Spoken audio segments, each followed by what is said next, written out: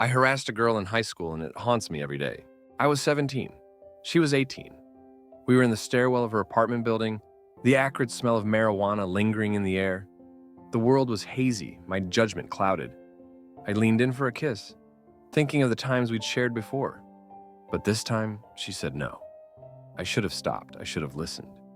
But in my altered state, I persisted, misreading the situation, convincing myself that we were on the same page.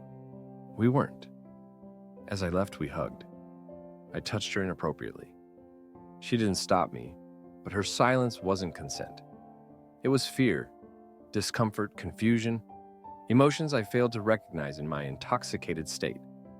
The next day, sobriety brought clarity and shame. Her text message confirmed my worst fears. I had made her uncomfortable.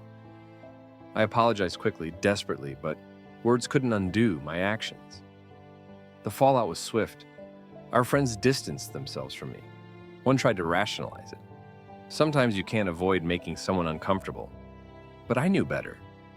This wasn't an awkward moment or a misunderstanding. This was harassment. I called our mutual friends, confessing without excuses or deflection. Gradually, they forgave me.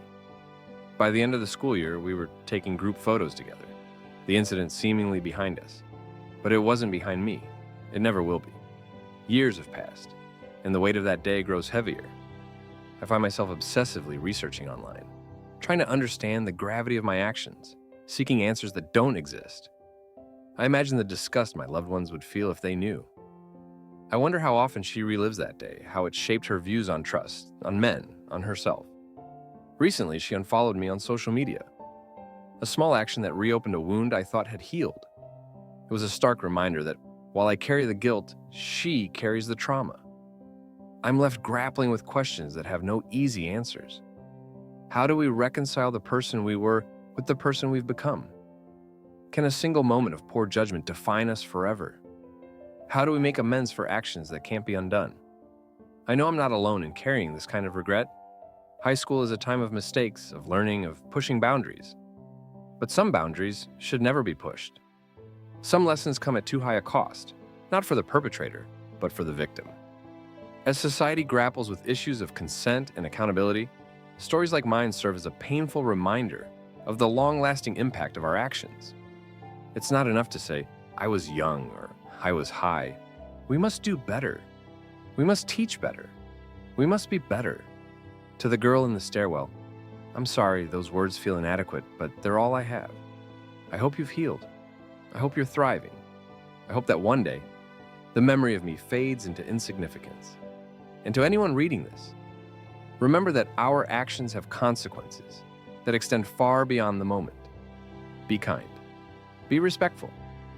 Listen when someone says no. The weight of regret is a burden too heavy to bear. But the story doesn't end there. The ripple effects of that day continue to shape my life in ways I never anticipated. In college, I became an advocate for consent education.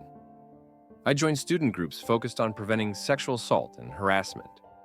I spoke at freshman orientations about the importance of clear communication and respecting boundaries. Each time I stood in front of those young faces, I saw myself at 17, naive, reckless, unaware of the damage I could cause. My relationships have been profoundly affected. I find myself hesitant, always second-guessing my actions and intentions. Am I being respectful enough? Am I listening carefully? The fear of crossing a line again has made intimacy a minefield of anxiety. Professionally, I've steered clear of positions that might put me in any position of power over others. The thought of potentially making someone feel uncomfortable or vulnerable is paralyzing. I wonder how different my career path might have been without this shadow hanging over me. Therapy has been a constant in my life. I've spent countless hours unpacking that day, examining my motivations and trying to forge a path forward. My therapist encourages me to forgive myself. But how can I when I don't know if she has forgiven me? When I don't know if she still carries scars from my actions? I've considered reaching out to her to apologize again, to see if there's anything I can do to make amends. But I stop myself every time. Would contacting her be selfish? Would it only serve to dredge up painful memories for her? Is my desire for forgiveness just another way of centering myself in her story? There are days when the guilt is overwhelming, and when I feel like a fraud for every good deed I do, every kind word I speak. How can I claim to be a good person when I've caused such harm? Other days, I feel a glimmer of hope that I've grown, that I've learned, that I'm actively working to be part of the solution rather than the problem. I've had to reckon with the reality that one moment of thoughtlessness can alter the course of multiple lives. It's a sobering realization, one that I carry with me into every interaction, every decision. To those who might judge me harshly for my past actions, you're right to do so. I judge myself just as harshly, if not more so. But I also believe in the power of redemption, in the possibility of change. Not for my sake, but for the sake of creating a world where fewer people have to endure what she endured. To young men who might see themselves in my story, learn from my mistake. Understand that consent is not a gray area. It's not something to be interpreted or assumed. It's a clear, enthusiastic yes. Anything less is a no. To survivors who might read this, your pain is valid, your anger is justified. You don't owe forgiveness to anyone who has violated your boundaries or your trust. Your healing journey is your own, and it's not contingent on the remorse of others. As I continue to navigate life with this weight on my conscience, I'm committed to turning my regret into action. I volunteer with organizations that work to prevent sexual violence. I have difficult conversations with male friends about toxic behaviors.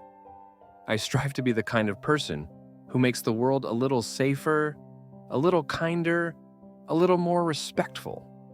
But I know that no amount of good deeds can erase what I did. I know that my growth doesn't negate her pain.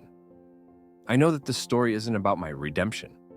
It's about the far-reaching consequences of our actions and the imperative to do better, be better from the start. To anyone wrestling with their own past mistakes, you're not alone. The path to becoming a better person is long and difficult, but it's one we must walk. Not for absolution, but for the hope of preventing future harm. And to her, always to her. I'm sorry, I hope you're living your best life, free from the shadow of that day. I hope you know that it was never your fault. I hope you found peace. I hope you're surrounded by people who respect you, value you, and treat you with the dignity you always deserved. The weight of that moment in the stairwell will always be with me. But perhaps, just perhaps, by sharing this story, by continuing to work on myself, by striving to create positive change, I can transform that weight into something that lifts others up rather than dragging them down. It's the least I can do. It's the most I can do. It's what I must do. Hit that subscribe button and get ready for more wild tales like this one. Trust me, you don't want to miss out.